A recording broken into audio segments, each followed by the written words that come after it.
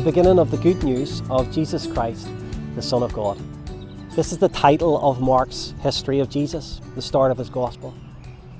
I would say that we all want good news. In fact, we need some, don't we? Because life can be tough for many. A grueling climb, a pattern of hurt, broken relationships, loneliness, betrayal, loss, financial insecurity and addiction. We need good news. For some, you're not like that. Life is actually pretty together. Haven't suffered much. You have a decent job. You have a nice home. You have good health. But underlying everything, you still know that you have deep longings, that something is missing. You could be riddled with guilt that you cannot shake, or you could be overcome with a fear about death. There are deeper things that no together life can ever help with. You still need good news. The good news that we're going to be thinking about is not finding the one, winning the lottery, or living your best life now, because we know that that's not really good news in the long run. Money corrupts, beauty fades, relationships end, health decays, death is certain. The good news we're going to be thinking covers all of that. It is deeper, real, and eternal. We're going to start looking through the Gospel of Mark in a bi-weekly podcast. And he's going to tell us about good news and where it's found in a person, Jesus Christ. We'll follow his footsteps as he teaches us who he is and what he has come to do.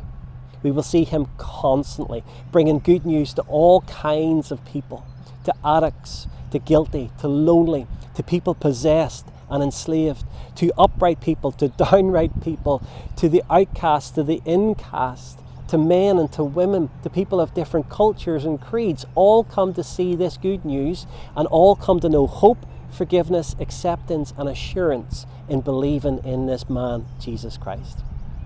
You see, Mark wants to convince you who Jesus is and where true good news is found. Jesus is the Christ, he says, the promised one. He is the Son of God, Mark says, the one come to us from God. Mark wants us to stand in the shoes of a man called Peter. We meet him in the middle of the book and he sees that Jesus is the Messiah, the promised one of God. He wants us to stand around a cross with the soldier who declares that this man is the Son of God. He comes to see that God has come to us. This is a history that Mark is telling us. It's written to show us who Jesus really is and what he has done.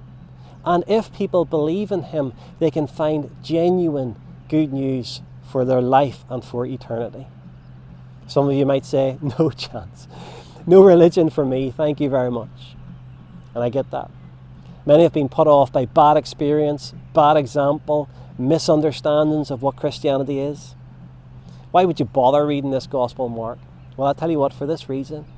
In Mark, we will find no bad examples, but the true example of Jesus. In Mark, we will find no misunderstandings or corruption of truth, because we're going to see Jesus straightly teaching us his truth. Mark is going to take us right back to the origin of things, the founder himself, Jesus. This is what true Christianity should be and what really is. And if you give it a chance, it might change your life. Some of you are genuinely searching, so read along with us. Use your mind, open your heart, pray and ask God to speak to you. Mark is the record of the life of Jesus, in whom good news is found, and hopefully you will discover this too.